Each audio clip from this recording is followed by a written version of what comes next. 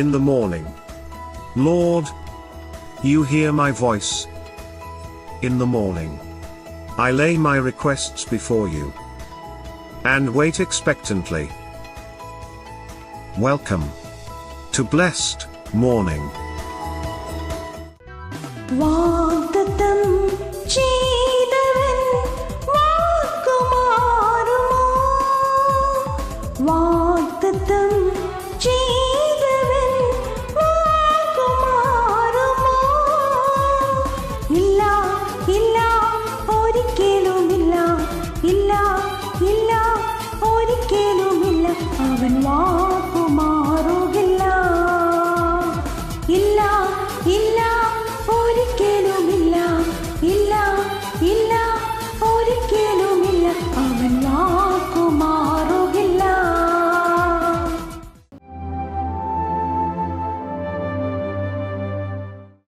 പ്രിയരെ, ബ്ലസ്സഡ് മോർണിംഗിലേക്ക് നിങ്ങൾ എല്ലാവരെയും ക്ഷണിക്കുകയാണ്. പ്രിയരെ, അനുഗ്രഹിക്കപ്പെട്ട ഒരു പ്രഭാതം നമ്മുടെ ജീവിതത്തിൽ അനുവദിച്ചു തന്ന ദൈവത്തിന് നമുക്ക് 1000 നന്ദി പറഞ്ഞുകൊണ്ട് 2026 മെയ് മാസം 24-ാം തീയതി വരെയും നമ്മെ നടത്തിയ ദൈവത്തിന് നന്ദി പറഞ്ഞുകൊണ്ട് നമുക്ക് ഈ സന്ദേശത്തിലേക്ക് അടുത്തു വരാം. വാഗ്ദത്തങ്ങളെ അവകാശമാക്കാനുള്ള 4 ചിന്തകൾ. പ്രിയരെ, പ്രാരംഭവാക്യത്തിലേക്ക് 1 രാജാക്കന്മാരുടെ പുസ്തകം 18-ാം അധ്യായം അതിൻ്റെ 41-ാമത്തെ വാക്യം. പിന്നെ ഏലിയാവ് ആഹാബിനോട്, നീ ചെന്ന് ഭക്ഷിച്ച് പാനം ചെയ്യുക, വലിയ മഴയുടെ മുഴക്കമുണ്ട് എന്ന് പറഞ്ഞു. പ്രിയരെ, ഈ പ്രഭാതത്തിൽ ദൈവം നമ്മോട് ഇടപെട്ട അനുഗ്രഹിക്കപ്പെട്ട വചനത്തിനായി നമുക്ക് ഒരുമിച്ച് ചേർന്ന് നന്ദി പറയാം. എല്ലാവരുടെയും ആഗ്രഹമാണ് ഇന്നലകളിൽ നമ്മൾ കേട്ട വാഗ്ദത്തങ്ങളെ അവകാശമാക്കുക എന്നുള്ളത്. എന്നാൽ പലവരെയും പ്രാർത്ഥനയിൽ ഇന്നും നന്മകളൊന്നും കാണാതെ ജീവിതത്തിൽ എങ്ങും എത്താതെ മുമ്പോട്ട് പോകുന്നവർക്ക് വേണ്ടി ഈ 4 ചിന്തകൾ ഞാൻ കൈമാറുകയാണ്. ആ 4 ചിന്തകളിൽ ഒന്നാമത്തേതാണ് നമ്മൾ കുറിവാക്യമായി വായിച്ചു കേട്ടത്. ഇതാ, ഏലിയാവ് ആഹാബിനോട് പറയുകയാണ്, നീ ചെന്ന് ഭക്ഷിച്ച് പാനം ചെയ്യുക, വലിയ മഴയുടെ മുഴക്കമുണ്ട്. പ്രിയരെ, ഈ വചന പശ്ചാത്തലം മനസ്സിലാക്കിയവർക്കറിയാം അന്തരീക്ഷം ചൂടുപിടിച്ച് കിടക്കുകയാണ്. കാരണം തൊട്ടു മുമ്പലത്തെ വാക്യത്തിനകത്ത് ആകാശത്തുനിന്ന് തീയിറങ്ങി യാഗപീഠത്തെ യാഗവസ്തുവിനെ ദഹിപ്പിച്ച് കളയുകയാണ്. ഏലിയാവിൻ്റെ പ്രാർത്ഥനയിൽ ദൈവം തീയിറക്കുന്നതാണ് തൊട്ടു മുകളിലത്തെ വാക്യങ്ങൾ കാണുന്നത്. അതേ നിലയിൽ തന്നെ ഒന്നുകൂടെ ഒന്ന് ശ്രദ്ധിച്ച് നോക്കിയാൽ കഴിഞ്ഞ 3.5 വർഷമായി ആകാശമണ്ഡലം അടഞ്ഞു കിടക്കുകയാണ്. ഏലിയാവെ, അങ്ങയോടൊന്ന് ചോദിക്കാനുണ്ട്. അങ്ങ് സാഹചര്യം ഇല്ലാഞ്ഞിട്ടും ഇതാ ആഹാബിനോട് പറയുകയാണ്, നീ ചെന്ന് ഭക്ഷിച്ച് പാനം ചെയ്യുക, വലിയ മഴയുടെ മുഴക്കമുണ്ട് എന്ന്.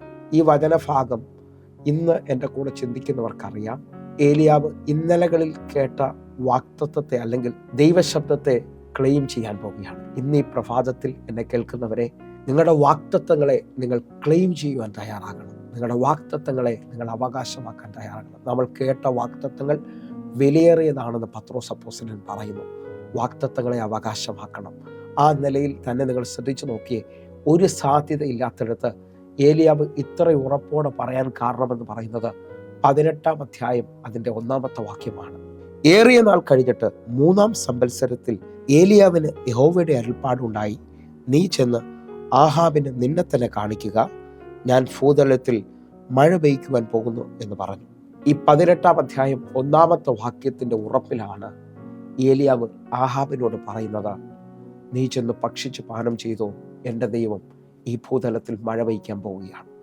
ദൈവശബ്ദം എന്നിൽ വെളിപ്പെട്ടാൽ, ദൈവത്തിൻ്റെ വാക്ക് എനിക്ക് വേണ്ടി വെളിപ്പെട്ടാൽ ആ വാക്കിലെ ആഴമായി വിശ്വസിക്കണം.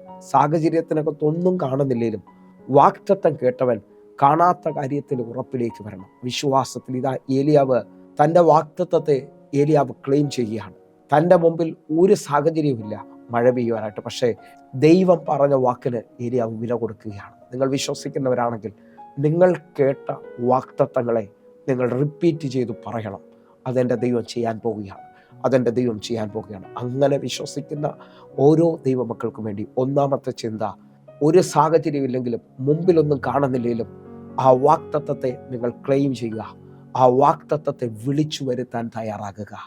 എങ്കിൽ രണ്ടാമത്തെ ചിന്ത നിങ്ങൾ ശ്രദ്ധിച്ചു നോക്കണം. ഇതാ, പുറപ്പാട് പുസ്തകം 14-ാം അധ്യായം അതിൻ്റെ 13-ാമത്തെ വാക്യം. അതിന് മോശ ജനത്തോട്, ഭയപ്പെടേണ്ട, ഉറച്ചു നിൽക്കുവിൻ, യഹോവ ഇന്ന് നിങ്ങൾക്ക് ചെയ്യാനിരിക്കുന്ന രക്ഷയെ കണ്ടുകൊള്ളുവിൻ. നിങ്ങൾ ഇന്ന് കണ്ടിട്ടുള്ള മിസ്രയീമ്യരെ ഇനി ഒരു നാളും കാണുകയില്ല. ഈ വചനത്തിനകത്ത് വലിയ ആഴമുണ്ട് പ്രിയരെ. ഇതാ ഇസ്രായേൽ മക്കൾ വാഗ്ദത്ത ദേശത്തിലേക്ക് പുറപ്പെട്ട് അവർ ചെങ്കടലിന് മുമ്പിൽ വന്നു നിൽക്കുകയാണ്. അവരുടെ മുമ്പിൽ വഴിയില്ല. പിൻപിൽ ഫറവോനും സൈന്യവും വന്നു നിൽക്കുകയാണ്. സൈഡിൽ വലിയ മലയാണ്. അവരുടെ മുമ്പിൽ എല്ലാ പ്രതീക്ഷകളും തീരുകയാണ്. എന്നാൽ അവരുടെ മുമ്പിൽ നിൽക്കുന്ന, അവരെ നയിക്കുന്ന മോശ വ്യക്തമായി വിളിച്ചു പറയുന്നു, അതിന് മോശ ഭയപ്പെടേണ്ട, ഉറച്ചു നിൽക്കുവിൻ, യഹോവ നിങ്ങൾക്ക് വേണ്ടി ചെയ്യാനിരിക്കുന്ന രക്ഷയെ നിങ്ങൾ കണ്ടുകൊള്ളുവിൻ. ഇന്ന് കണ്ട മിസ്രൈമിനെ ഇനി നിങ്ങൾ ഒരു നാളും കാണത്തില്ല. വാഗ്ദത്തത്തെ അവകാശമാക്കാനുള്ള രണ്ടാമത്തെ ചിന്ത, നിങ്ങൾ വിശ്വസിക്കുന്നവരാണെങ്കിൽ ഉറച്ചു നിൽക്കുക എന്നുള്ളതാണ്. ഉറച്ചു നിന്നുകൊണ്ട് അതിനെ ക്ലെയിം ചെയ്യാൻ തയ്യാറാക്കുക. എൻ്റെ ദൈവം അത് ചെയ്യും, എൻ്റെ ദൈവം പ്രവർത്തിക്കും. മോശയോട് ചോദിച്ചാൽ മോശയുടെ അനുഭവമാണ് മോശയോട് വെളിപ്പെടുത്തുന്നത്.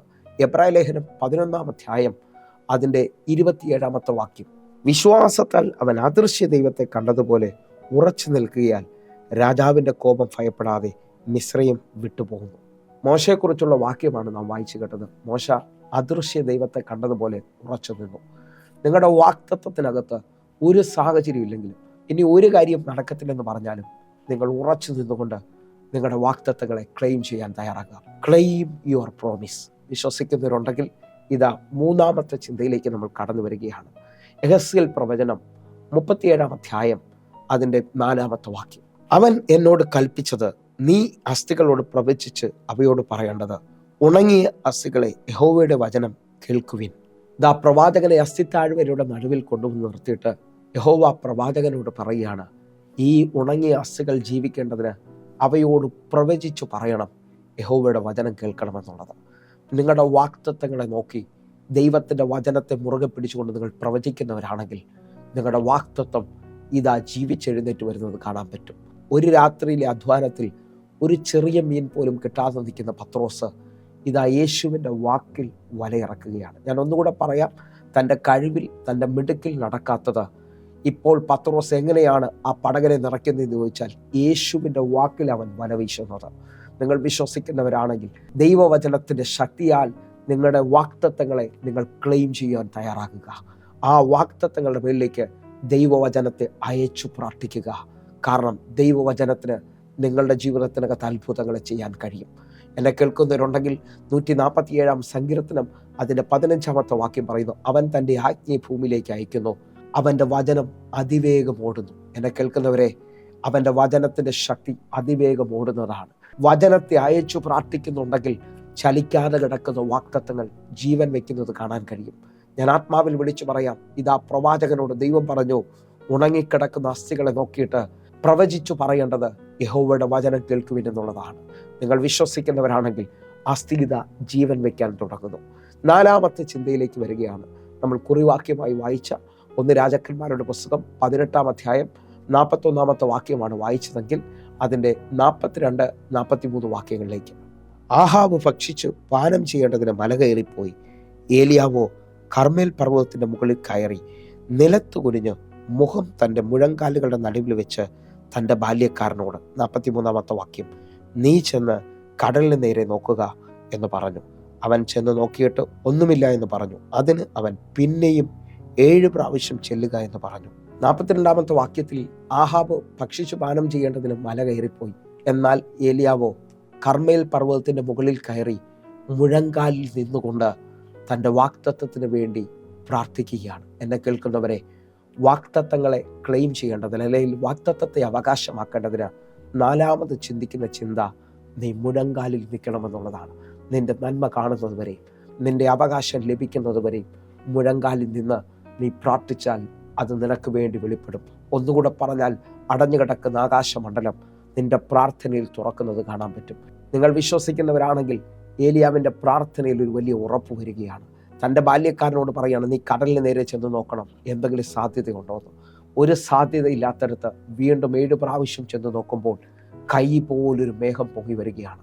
ഏലിയാവ് ആഹാബിനോട് അടുത്ത പദങ്ങൾ പറയാണ്, വൻമഴ പെയ്യാൻ പോവുകയാണ്, വൻമഴ പെയ്യാൻ പോവുകയാണ്. നിങ്ങൾ വിശ്വസിക്കുന്നവരാണെങ്കിൽ നിങ്ങളുടെ പ്രാർത്ഥനയിൽ വൻമഴകൾക്ക് സാധ്യതയുണ്ട്.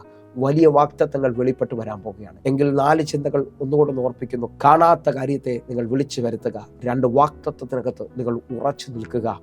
3 ആ വാഗ്ദത്തങ്ങളെ നോക്കി വചനം പറഞ്ഞ് പ്രവചിക്കുക. 4 വാഗ്ദത്തത്തിനായി മുഴങ്കാലിൽ നിന്ന് പ്രാർത്ഥിക്കുക. വിശ്വസിക്കുന്നവരുണ്ടെങ്കിൽ ഒന്ന് കണ്ണുകൾ അടച്ച് ഈ ദിവസങ്ങളിൽ ക്ലെയിം യുവർ പ്രോമിസ്. നിങ്ങളുടെ വാഗ്ദത്തങ്ങൾക്ക് വേണ്ടി നിങ്ങൾ ഒരുങ്ങുക. കാരണം ദൈവം പറഞ്ഞ വാഗ്ദത്തങ്ങൾ വിലയുള്ളതാണ്. കണ്ണുകൾ അടയ്ക്കാം. ഞങ്ങളെ സ്നേഹിക്കുന്ന ഞങ്ങളുടെ നല്ല ദൈവമേ, പൂർണ്ണഹൃദയത്തോടെ ഞങ്ങൾ ഒരുമിച്ച് ചേർന്ന് പ്രാർത്ഥിക്കുന്നു. വലിയ വിടുതലുകൾ, വലിയ അത്ഭുതങ്ങൾ ഇപ്പോൾ അങ്ങയുടെ മക്കളുടെ മേളിലേക്ക് വെളിപ്പെട്ട് വരട്ടെ. കർത്താവ് ഇവർക്ക് വേണ്ടി വലിയ നന്മകൾ ചെയ്യുന്നതിനായി സ്തോത്രം. യേശുവിൻ നാമത്തെ ഞങ്ങൾ പ്രാർത്ഥിക്കുന്നു. സ്വർഗം അത് ചെയ്തതിനായി നന്ദി. ആമേൻ, ആമേൻ, ആമേൻ. പ്രിയരേ, പ്രഭാത സന്ദേശം നിങ്ങൾക്ക് അനുഗ്രഹമാകുന്നുവെങ്കിൽ നമ്മുടെ യൂട്യൂബ് ചാനൽ സബ്സ്ക്രൈബ് ചെയ്യും, ഫേസ്ബുക്കിലേക്ക് നിങ്ങൾ ജോയിൻ ചെയ്യുകയും ചെയ്യണമെന്ന് ഉറപ്പിക്കുന്നു. അതേപോലെ തന്നെ എല്ലാ ദിവസവും വൈകിട്ട് 6 മണിക്ക് നമുക്ക് സൂമിൽ ആരാധനയുണ്ട്. നിങ്ങൾ വിളിക്കുകയും പ്രാർത്ഥിക്കുകയൊക്കെ ചെയ്യണം. ഈ സുമൈഡിക്ക് വേണ്ടി നിങ്ങൾ വിളിക്കണമെന്ന് ഓർപ്പിക്കുന്നു. കർത്താവ് നിങ്ങളെ വലുതായി അനുഗ്രഹിക്കട്ടെ. God bless you. ആമേൻ.